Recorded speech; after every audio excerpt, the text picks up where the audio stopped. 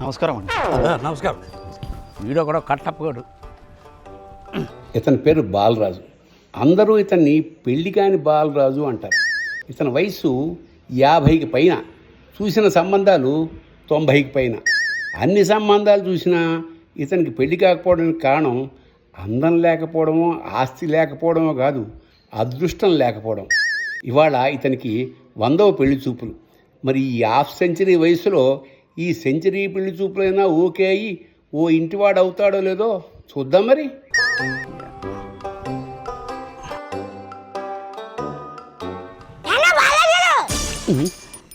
ఈ ఎదవ ఇప్పుడు పిలుస్తాడేంటి? నేను మీ దగ్గర వద్దాం అనుకుంటున్నానండి. ఇంతలోపు మీరు వచ్చారు. వచ్చి కూర్చోండి. అబ్బా యారా, నువ్వే నా దగ్గరికి రావాలనుకున్నావా? ఎందుకురా? ఈ ప్రసాదం తీసుకోండి గురుగారు. ఏంటో పొద్దునే గుడికి వెళ్ళావు, ఏదైనా మొక్కుబడి ఉందా?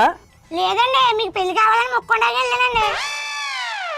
ఏ మగాడైనా కోపాన్ని కంట్రోల్ చేసుకోగలిగాని కోరికను కంట్రోల్ చేసుకోలేడండి. అలాంటిది మీరు 50 ఏళ్ళుగా మీ కోరికను కంట్రోల్ చేసుకుంటున్నారంటే మీ నిగ్రహానికి విగ్రహాలు వచ్చి కూడా దండం పెట్టాల్సిందే. నువ్వు చెప్పిన ప్రాసకి, ఇచ్చిన ప్రసాదానికి చాలా థ్యాంక్స్.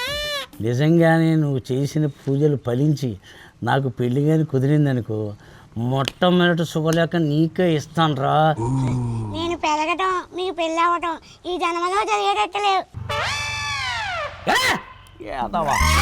వెళ్తానండి.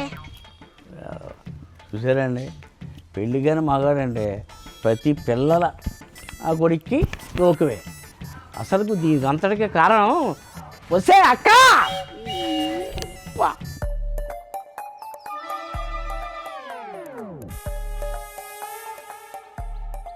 నమస్కారం అండి బాలరాజు గారు. నమస్తే నమస్తే బుచ్చమ్మ. ఏంటి కూరగాయలని ఫ్రెషేనా? మరి మీ అంత ఫ్రెష్ కాదులేండి.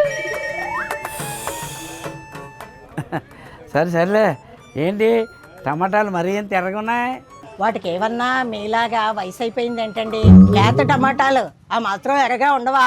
చెప్పావులే కానీ 10 ములక్కాయలు ఇవ్వు. ఇవ్వను. ఎందుకు ఇవ్వే? మీకు పెళ్ళి అయ్యే వరకు ములక్కాళ్ళు ఇవ్వకూడదని అక్క ఆర్డర్. అది వస్తే అక్కో ఒక్కడు గుర్తుపెట్టుకో, ఓన్లీ పెళ్ళైన వాళ్ళు ఈ ములక్కాయలు తినాలనుకుంటే తొందరలో కొట్టు మూసుకోవాల్సి వస్తుంది. ఎందుకు?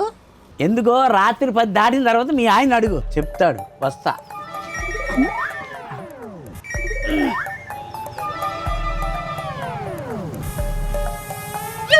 మీకు ఈ వేళ 100వ పెళ్లి చూపించు కదా మీ అక్క చెప్పింది.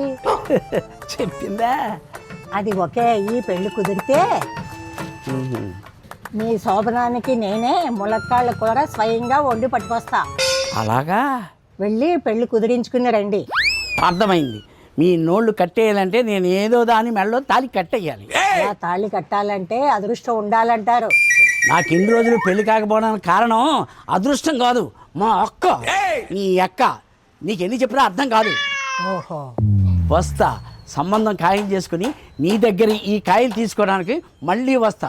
బుజ్జమ్మా, 50 దాటినా పెళ్లి కాకపోతే ఇలాగే కోపాలు వస్తాయి. ప్రతి నా కొడుక్కి నా పెళ్లి గురించి ప్రతి ఓడికి లోకు అయిపోయింది. ఇదంతా ఇంకో దీని మొన్నే. అక్క అక్క అక్క అక్క అక్క అక్క ఈ రోజు నాకు 100 పెళ్లి చూపులని ఊళ్ళో అందరికి చెప్పేసావా? అందరికీ చెప్పలేదు, ఇందరికే చెప్పాను. ఒకటి అడిగిన వాళ్ళకు, ఇంకొకటి అడగాని వాళ్ళకు. అంటే అందరికి చెప్పేసినట్టే కదా. అవునరా, చెప్పాను, వాళ్ళు బ్లెస్సింగ్ కూడా నీకు కావాలని చెప్పాను. ఇది తప్ప? నువ్వు వాళ్ళ బ్లెస్సింగ్స్ గురించి ఆలోచిస్తున్నావు కానీ నువ్వు పెట్టే కండిషన్స్ గురించి ఆలోచించలేదు. పెళ్లి చూపులకు వచ్చిన ప్రతి అమ్మాయి నీ దరిద్ర కొట్టు ప్రశ్నలు అడగకుండా ఉండుంటే నా పెళ్లి ఎప్పుడూ అయిపోయేది. అందులో తప్పేమవుతురా?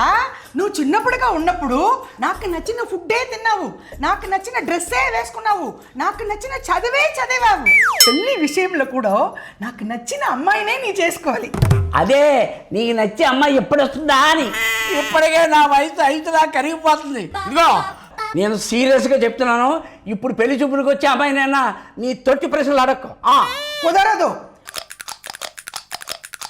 ఇప్పుడు వరకు జరిగిన 99 పెళ్లి చూపుల ఎలాగ క్వశ్చన్ అడిగానో ఈ 100 పెళ్లి చూపుల్లో కూడా అలాగే అడిగేస్తా.